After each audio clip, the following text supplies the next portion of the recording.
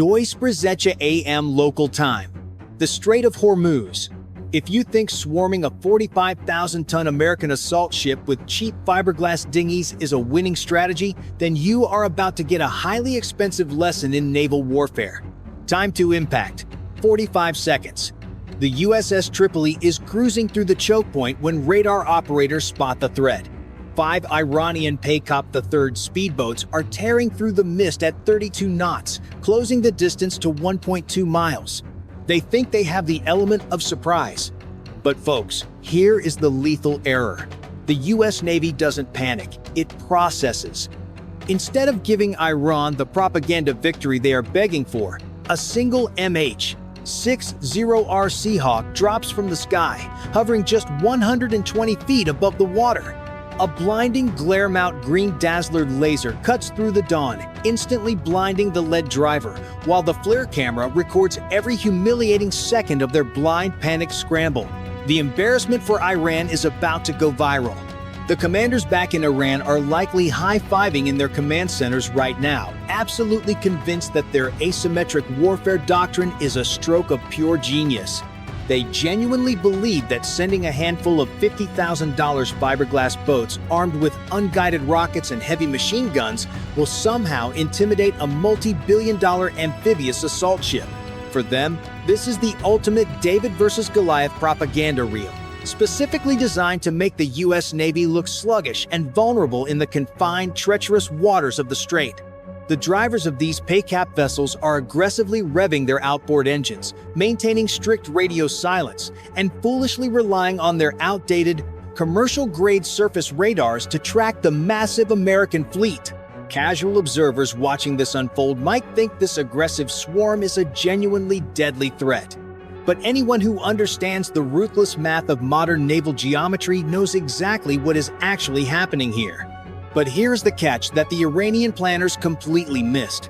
They think their tiny radar signatures make them ghosts on the water, slipping under the massive Aegis umbrella. But the USS Tripoli is not a helpless cargo ship. It is a floating fortress bristling with the AN/SLQ-32V6 electronic warfare suite. While the Iranian crews are busy thinking they have outsmarted the greatest navy on Earth, the Tripoli's passive sensors have already stripped them naked. Every single cheap radar pulse from those fast attack craft is being intercepted, analyzed, and geolocated in real time.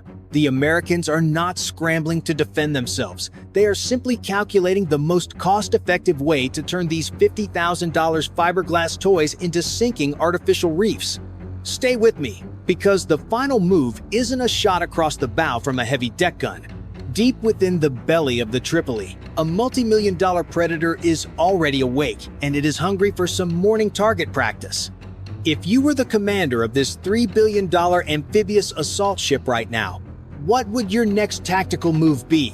It is 5:24 a.m., and the digital battle space picture is flashing red. 5 hostile speedboats are converging on your massive steel bow. The standard naval playbook says you immediately light them up with the ship's automated defenses. The Phalanx CIWS is already humming with deadly electricity. And the RIM 116 rolling airframe missile launcher has mechanically swiveled its multi-barrel head, locking onto the heat signatures of the approaching swarm. But folks, here is the lethal error in that basic logic.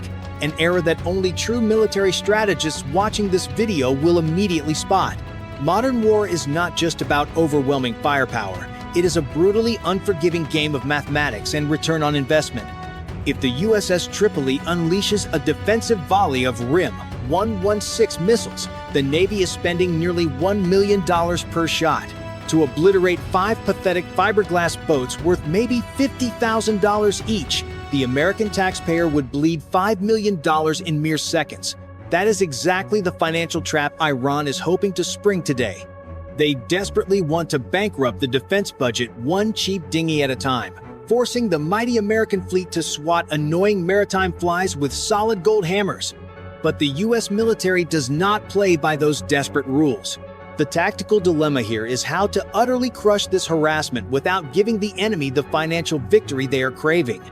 Average viewers might think this is a moment of panic for the bridge crew, But those with a sharp strategic mind know that the Americans are simply opening the catalog of destruction to find a cheaper, far more humiliating alternative.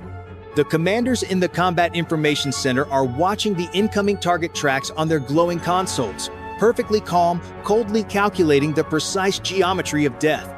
They know using a $1 million missile on a disposable boat is an embarrassing waste of premium hardware. Instead, they look up to the expansive flight deck, where the ultimate solution to this pathetic swarm is already spinning its composite rotors. The real nightmare for the Iranian military is not the immense ship itself, but the venomous airborne beasts it carries. Stay focused, because how this ends is an absolute masterclass in making the enemy blink first. The cost-exchange ratio is about to flip in favor of the stars and stripes, and the blistering physics of destruction over the next few seconds will demonstrate why cheap tactics always die screaming. Down on the water, at exactly 5:25 a.m., the atmosphere inside those 5 Peykaap 3 speedboats is absolute delusional euphoria. The Iranian crews are practically vibrating with adrenaline, gripping the handles of their mounted 12.7mm machine guns with sweaty palms, genuinely believing they have just cornered the apex predator of the ocean. They are looking at the looming gray silhouette of the USS Tripoli, noticing the complete absence of incoming tracer fire, and their arrogant minds immediately jump to the most ridiculous conclusion possible. They think the Americans are paralyzed by fear. In the lead boat, the commander is leaning over his console, grinning from ear to ear, probably already composing his hero's welcome speech in his head, while his subordinate films the entire suicidal run on a smartphone for state television. These guys are high-fiving over the roar of their twin diesel engines, completely intoxicated by their own asymmetric warfare propaganda.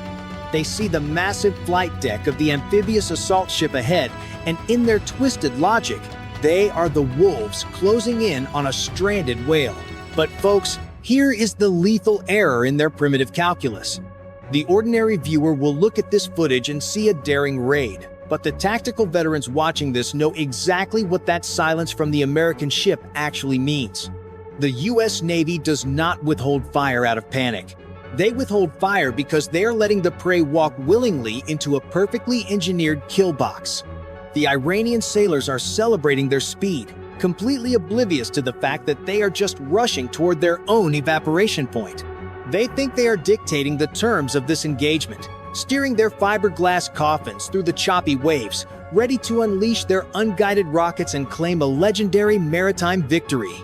Little do they know, the American commander has already RSVP'd to this tragic little boat parade with a very special, incredibly lethal guest. The thermal truth is about to get very, very loud, and the countdown to their absolute humiliation has already reached the single digits. 5:26 a.m. local time. The trap snaps shut. Stay tuned, because the physics of destruction in the next 30 seconds is about to change the map of this engagement forever. While the Iranian speedboat crews are busy high-fiving and dreaming of their state-sponsored medals, the USS Tripoli finally plays its hand. But folks, here is the genius detail that makes this mission an absolute masterclass in American naval supremacy. The US Navy isn't going to waste a $1 million RIM 116 missile on these fiberglass bathtubs. Instead, they unleash the ultimate financial and tactical nightmare. An AH-1Z Viper attack helicopter that has been lurking silently behind the immense steel island of the amphibious assault ship. The Viper violently banks around the superstructure, its twin turboshaft engine screaming as it drops into an attack vector just 200 feet above the chopping waves. The Iranian drivers suddenly hear the deafening roar of the American rotor blades, their pathetic cheers dying in their throats as they look up to see the sleek, gray Predator locking onto their positions.